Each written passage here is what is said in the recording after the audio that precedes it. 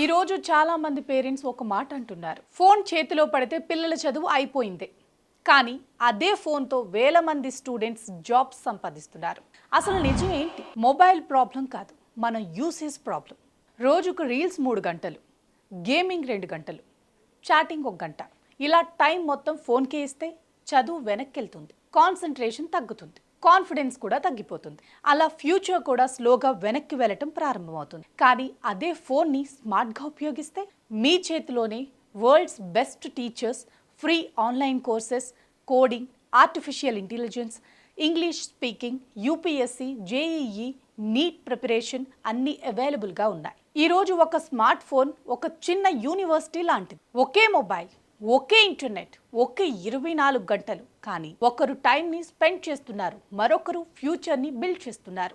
రోజులో 1 గంట skill learning, 30 నిమిషాలు రీడింగ్, నోటిఫికేషన్స్ ఆఫ్ చేసి చదవటం, స్క్రీన్ టైం లిమిట్ పెట్టుకోవటం. ఈ చిన్న అలవాట్లు మీ మొబైల్ని డిస్ట్రాక్షన్ నుంచి కెరియర్ పార్ట్నర్గా మార్చేస్తాయి.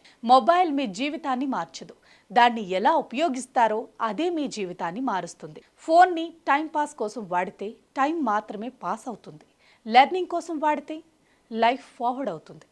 మీ స్క్రీన్ టైం ఎంత? కామెంట్ చేయండి. ఇలాంటి ఎడ్యుకేషన్ అండ్ కెరియర్ వీడియోల కోసం ఫాలో చేయండి.